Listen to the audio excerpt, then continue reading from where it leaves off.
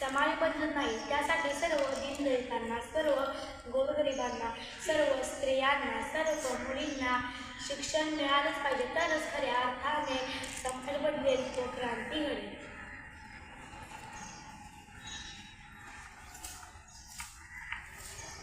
घरातलं काम एकदाशी आवडलं बाई, आता काय करायचं?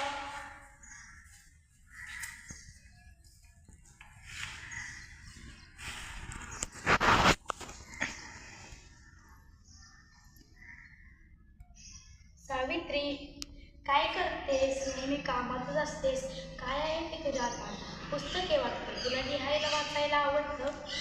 हो, खरंच मला लिहायला वाचायला यावं अशी माझी इच्छा.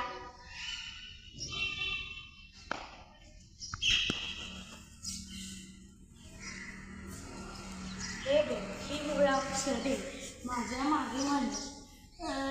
अननसाचा अननसाचा, आईचा, आईचा, इमारतीचा, इमारतीचा, लिंबूचा, लिंबूचा, खळाचा, घराचा, उसाचा.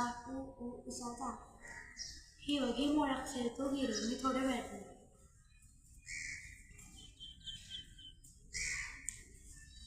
हे बघा, माझी मुळाक्षरे लिहून पण झाली आणि मला पाठ पण झाली.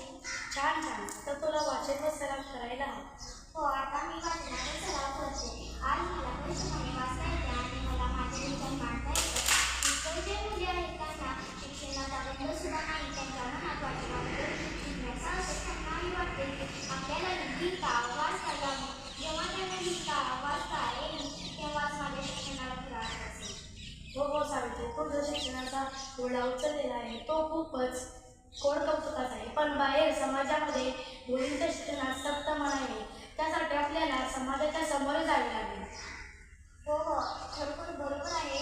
पण आपल्यालाही शांत बसून चालणार नाही. आपण सामोरे गेले पाहिजे.